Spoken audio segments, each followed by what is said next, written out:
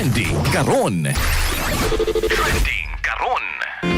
Sabon scammer nga pugsadong mupapalit sa mga motorista.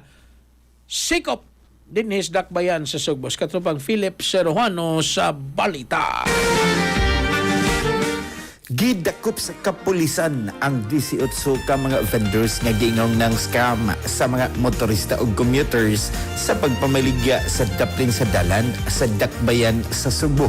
Sumala sa Cebu City Police Office ang mga vendors gireport nga moduol sa mga motorista ug pugson kini nga mopalit og produkto kasagaran laundry detergent. Labi na kung mohinay umuhonong ang mga sakyanan sa busy intersections. Human sa operasyon, gipailawom sa husto nga documentation o identification procedures ang mga dadakpan o gipasidaan batok sa mga lihok nga makahatag og disgrasya kahasil ug kahadlok sa mga motorista o pedestrian. Gidala usab sila sa Mabulo Police Station 4 o dayon giturn over sa Barangay Hog alang sa dugang mga verification.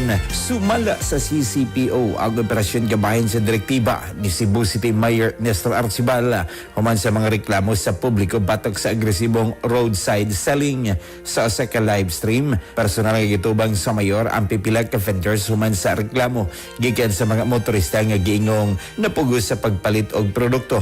Ang isyu nagdani usab og online concern tungod sa mga aligasyon sa scam, persadong selling o kahadlok sa road safety sa landayng lugar sa syudad. Lakip ang mga report sa Argao, Asturias o Lapu-Lapu City. Nagpadayon karon ang masugot nga monitoring sa kapulisan sa mga lugar nga naay susamang reklamo aron malikayan ang pagbalik sa maong mga insidente.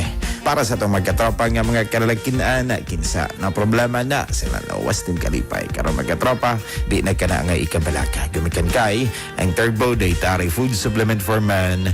Mapalita kini sa inyong mga suking butika. Kay sa Turbo, wagas ang lakas. Alang sa Rigayusang Pilipino para sa Pilipinas, kiniya certified turbo user, katropang Philip Serrano, ex-FM.